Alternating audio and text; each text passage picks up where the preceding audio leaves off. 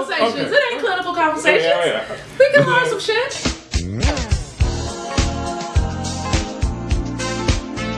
Hello IG, hello YouTube, hello Chicago, hello world. This is Nyla Malone, your Hyde Park therapist, with another episode of Casual Conversations, and I am so blessed to have Mr. Marcus D. Smith, my fellow psychotherapist and LCPC, joining me on the couch today.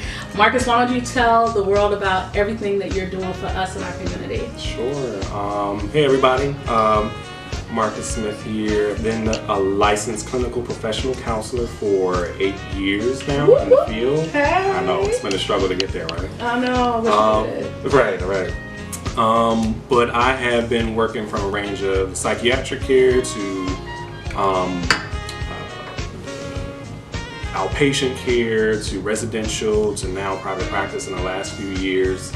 I'm co-founder of Change Perspectives Private Practice. Nice. And then from that, me and my colleagues that are also co-founders of that practice, Leela Ellis Nelson, who's a psychologist, and her husband, William Moore, who's our accountant, we have been doing more work within the past year to kind of just branch ourselves off from major corporations and other private practices, and wanting to make sure that we're bringing some therapeutic services to people of color, right? Yes. So we've been doing that a lot more through various trainings on grief, just mental health for people of color. As you know, and that's how we met, through our consultation group, Coffee Hour Chicago.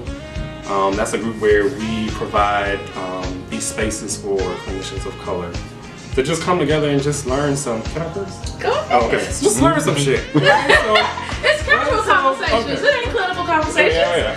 We can learn some shit.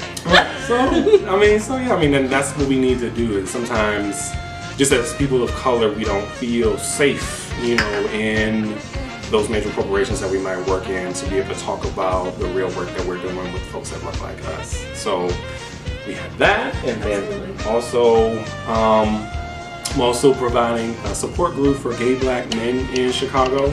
That's definitely a passion of mine. Of course, if you can't tell by now, just working with people of color and gay men, because there's just not a lot of support out there for folks that look like us. Yeah, you would think, now, the general facade is like gay is the new black, and so everybody's okay with gay, and it's great to be gay right now, and you're saying there's still the struggle?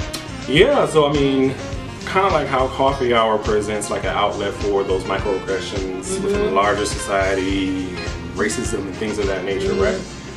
Like, we need, as gay black men, we need a space to be able to deal with those microaggressions even within our own community and our spiritual spaces as well too. So that's definitely a big thing of what I've been doing, especially with this support group. It's called the Queer Black Male Haven. And initially it was a closed group, but I wanted to make it open just so brothers could feel like they could have that autonomy to just be like, all right, bro, I got what I need. I'm good.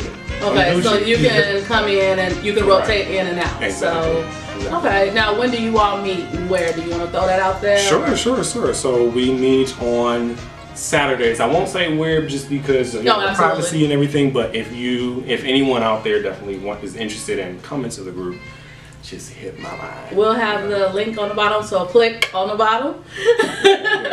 Tell me a little bit about what inspired you to start this group. I know that the struggle is out there. I know that there are a lot of microaggressions and not so macroaggressions against gay black men or queer black men or just queer people in general.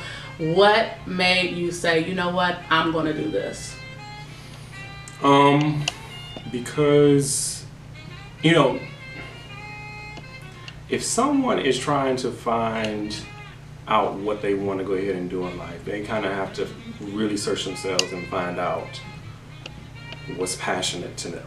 You know what I mean? And what does that have to do with you, right? And so, just to be honest, and I feel like that you might be able to agree that being in at least mental health or just getting in social services, like there's to some degree through our own identity and our own experiences that we have to be able to, just be able to identify, this is the reason why I'm involved.